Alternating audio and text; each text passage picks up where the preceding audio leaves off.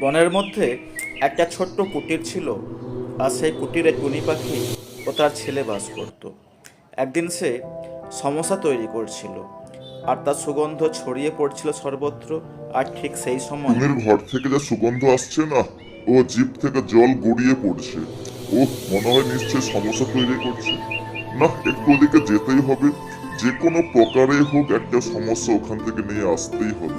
যাই একটু। ও মা, এ তো ঘরের মধ্যে একা টুনি পাখি রান্না বান্না করছে। আর যা সুগন্ধ বেরিয়ে আসছে না, ও লোভ আর সামলাতে পারছি না। একটু যাই, ভেতরে যাই। যে কোনো প্রকারেই হোক টুনি পাখিকে ভয় দেখিয়ে দু একটা সমস্যা নিশ্চয়ই নিতে হবে। যাই একটু। ও টুনি পাখি, তুমি আমাকে কতক্ষণ বসিয়ে রাখবে? একটা সমস্যা দাও না বলছি। তখন থেকে বলছি একটা দাও। না বাঘ ভাই, তুমি রাগ করো না, কিন্তু আমি এগুলো কাউকে দিতে পারবো না। আমার ছেলে তার শ্বশুর বাড়িতে সমস্যাগুলো নিয়ে যাবে, বুঝলে বাঘ ভাই? আমি এত করে চাইলাম, একটা সমস্যা দিলে না তো টুনি পাখি। ঠিক আছে, আমিও দেখে নেবো তোমার ছেলে কি করে শ্বশুর বাড়ি যায়। ওহে শিয়াল মোড়ল মশাই, তুমি কি জানো আমি টুনি পাখিকে এত করে চাইলাম একটু সমস্যা দাও, কিন্তু দিল না। দেখো, আমি কিন্তু দেখে নেবো, টুনিকে আমি ছাড়বো না। দেখো বাঘ মশাই, আমি এখন থেকে তোমাকে বলে দিচ্ছি, কোনো অন্যায় আমি সহ্য করব না আমার এই বনের মধ্যে। তুমি কোনো খারাপ কাজ করলে যদি বিচার আসে, আমি তার বিচার করব। কিন্তু আমার ছোট্ট টোনা, তুমি যখন যাচ্ছ শ্বশুর বাড়ি, কিন্তু সমস্যাকে তুমি সাবধানে নিয়ে যাবে। বাঘ কিন্তু প্রতিশোধ নিতেই পারে, তাই অবশ্যই তুমি সাবধানে তারপর যাও। ছোট্ট টোনা পাখি তার সমস্যা নিয়ে চলতেই থাকে। টোনা পাখি শ্বশুরবাড়ি যাওয়ার আনন্দে সেই সমস্যাগুলোকে বইতেই থাকে, এবং সে খুব দ্রুত চলতে থাকে। এইভাবে সে মাঠের পর মাঠ ক্রস করে যায়।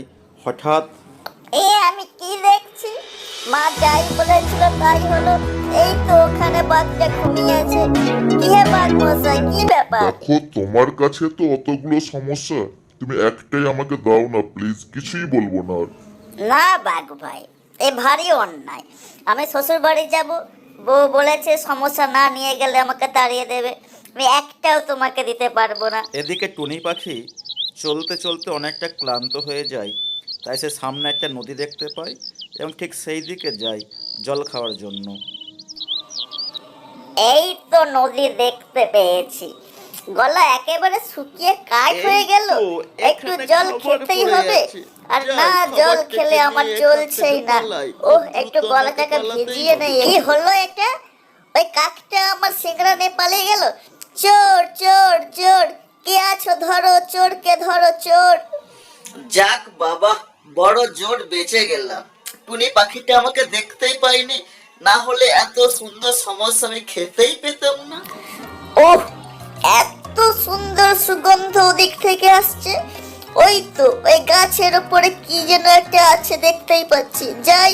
দেখো শিয়াল মোড়ল ভাই, আমি কিন্তু তোমাকে আমার খাবারের একটু অংশ দেব না। তোমাকে বলছি, তুমি এখান থেকে পালিয়ে যাও। না কাক মশাই, আমি তো এখান থেকে চলে যাব, কিন্তু তুমি আমাকে সেই হিন্দি গানটা শোনাও তো। খুব সুন্দর তোমার কণ্ঠ, একটু শোনাও না। আর এমনি যে কাকটি গান গাইতে গেল, সঙ্গে সঙ্গে সেই সমস্যাগুলো গাছ থেকে নিচের দিকে পড়ে গেল। আর সেই সময় শেয়াল ওই সমস্যাগুলোকে সংগ্রহ করে সে ওখান থেকে রওনা দেয়, এবং মনে খুব আনন্দ হচ্ছিল যে এই রকমের খাবার সে প্রথমবারের জন্য খাবে। ও গিন্নি, গিন্নি, ও গিন্নি, একটু এদিকে আসো না গো। আমি তোমার টোনা এখানে আসছি, তোমাকে নিয়ে যাওয়ার জন্য আসছি আমি। এত চিৎকারের কি আছে বাপু? আমি তো শুনতেই পাচ্ছি। দাঁড়াও, আমি যাচ্ছি। দেখো গিন্নি, প্রথমেই আমি ক্ষমা চেয়ে নিচ্ছি। তোমার জন্য মা সমস্যা বানিয়ে দিয়েছিল, কিন্তু সেগুলো রাস্তায় একটা কাক চুরি করে নিয়ে গেল। আমাকে তুমি আর অজুহাত দেখিও না, বুঝলে? আমি বুঝতে পারছি তোমার মনে অকর্মণ্য বরের সঙ্গে আমার ঘর না করাই ভালো। একটা সামান্য সমস্যা আনতে পারলে না আমার জন্য। এই আমি তোমাকে ছেড়ে চললাম অন্যত্র। আশা ছিল, ভালোবাসা ছিল, আজ আশা নেই। এই অসময়ে কে আবার ক্রন্দন করে দেখি তো? হ্যাঁ, আমি ক্রন্দন করছি। সামান্য সমস্যা একটা আনছিলাম, আর একটা কাক নিয়ে পালিয়ে গেছে। সেই জন্য আমার বউ আর আমার সঙ্গে আসেনি। ও এই ব্যাপার বুঝি, তোমার সমস্যা চুরি হয়ে গেছে, কাক চুরি করছে। এক কাজ করো, তুমি শিয়াল মোড়লকে বিচার দাও, ও ঠিক দেখবে তোমার বিচার করে দেবে। তুমি ঠিকই বলেছো, আমি শিয়াল মোড়লকে বিচার দেব, এর বিচার চাই। সমস্যাটা না খুব খুব টেস্টি ছিল, পেটে একেবারে ভরে গেল। ওই তো ওদিকে কে যেন একটা টুনি পাখি আসছে। ও শিয়াল মোড়ল, শিয়াল মোড়ল, তুমি কি জানো একটা কাক আমার সমস্ত সমস্যাকে চুরি করে নিয়ে পালিয়ে গেছে, এই জন্য আমার বউ আর আসেনি। দেখো টুনি পাখি, তোমার সমস্যাকে চুরি করছে আমি কিন্তু জানি না, তবে আমি কিন্তু কাকের কাছ থেকে সমস্যা খেয়েছি। আর শিয়াল, তোমার জন্য আমার ঘরটা নষ্ট হলো, বউ এলো না, আমি তোকে ছাড়বো না বলছি। এই দেখ, এই তোকে মারলাম, এক্ষুনি মেরে ফেললাম আমি।